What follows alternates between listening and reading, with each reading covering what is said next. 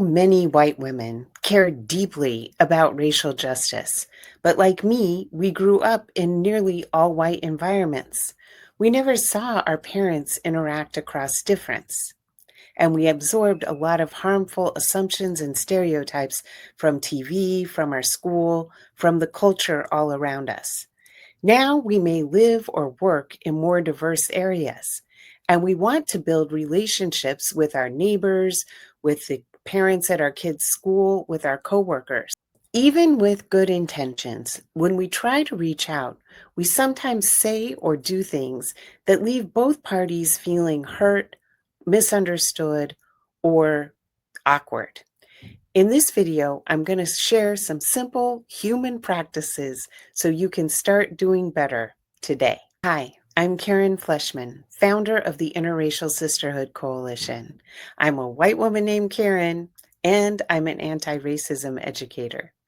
I know many white women like you who would like to have a stronger relationship with the women of color in your workplace, at your kids' school, in your community, but you don't know how. It feels like every time you open your mouth, you put your foot in it, even when you have really good intentions. It's draining for both of you and makes you want to stop trying. So in this video, I'm walking you through what my friends and mentors have taught me, the common missteps that white women make, and what we can do differently to start building trust instead of creating further distance. I want to be clear. Black women and women of color are not a monolith, and I'm not speaking on their behalf. I'm speaking from my own experience as a white woman who realized I needed to change my beliefs and behaviors in order to earn their trust. In this video, I'm going to share with you how I approach women of color with humility and presence. And at the end, I'll share with you a resource I created to help you practice this in your everyday life. Let's talk about why good intentions aren't enough. There are many white women who mean well, who want to bridge the divide between them and the women of color in their life, but like me, grew up in nearly all white communities. So when we interact, we feel very awkward. We overthink, we say the wrong thing, we feel defensive, we step back, and then we stop trying. That's why I created this video, to share with you some ways that we can alter our beliefs and behaviors so that we can earn trust instead of create further distance. Even if we don't mean to, the impact we have is real. This isn't about shame. This is about skill building. This is about learning what the underlying dynamics are when we interact so that we can show up and earn trust and not create further distance. The goal is to show you how to demonstrate respect so that both people walk away feeling respected. I'm living proof you can grow up in a sundown town and still build relationships based in trust. I learned how, and you can do it too. And we have to be honest. Black women, women of color are not going to initiate relationships with us. They're watching us to see whether we're trustworthy for a long time before they even consider interacting with us. That's what this video is about. The behaviors you can adapt to demonstrate you are trustworthy. One thing most white women never learned to notice is the power dynamic in the room when we interact with people of color. There's always an energy there. And it's because we're walking in with generations of unearned advantages and social conditioning that we didn't choose, but we still carry. Meanwhile, she's walking in the room with generations of exclusion, dismissal, and harm plus the lived experience of navigating these dynamics every day. So the moment we meet, the room is not neutral. We may feel relaxed while she's scanning for safety. We may assume instant connection while she's still trying to figure out if we even clearly see her. We may think we're being warm and friendly while she feels the weight of the history between us. Because we're not taught to feel that energy, we often misread what's happening. We may come in too fast, too familiar, too eager to prove we're one of the good ones. Or we freeze because we're terrified of doing it wrong. Or in an attempt to connect, we act on stereotypes. Or we treat her as a representative of her entire race. None of this makes us bad people. It just means no one ever taught us these skills. But once we understand the energy in the room, we can work with it. We can slow down. We can ground ourselves. We can show up with presence and humility. And that shifts everything. It's not about perfection. It's about showing up in alignment with who we want to be and what we actually do. Here's a simple practice that changes the whole interaction. Before you begin, take a deep breath, slow down, and say to yourself, I'm here to connect. I'm here to listen, not prove.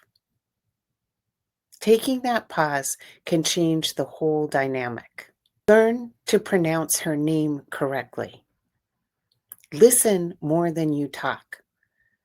Calm your nervous system. Don't show up with performative white lady energy. Don't ask intrusive questions or make and stereotypes. Respect her pace of connection. Ask open-ended questions and show up with humility and warmth.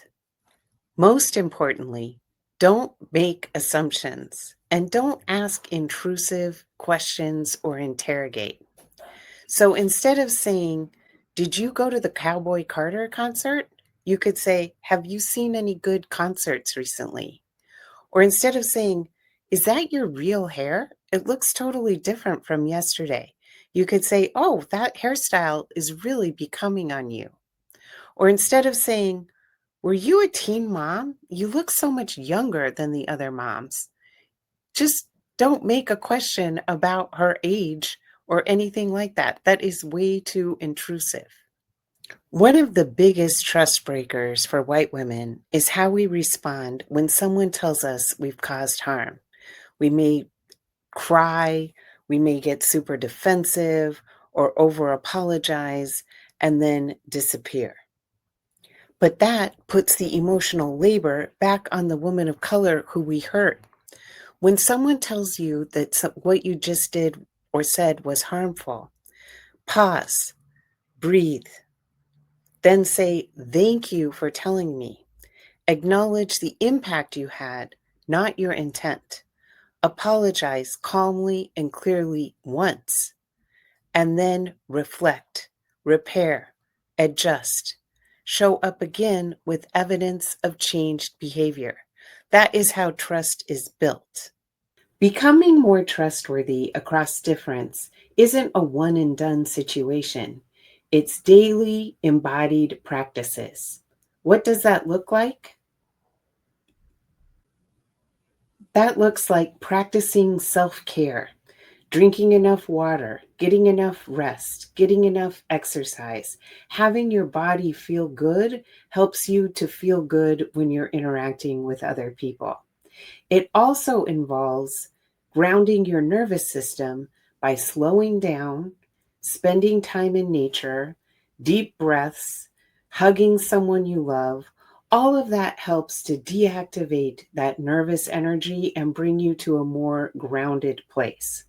From there, you can notice and interrupt your patterns. So, for example, When a woman of color is walking down the street and you're coming the other way, stepping outside of her space so to allow her to continue going and not making her adjust to you. That's a great daily practice to begin.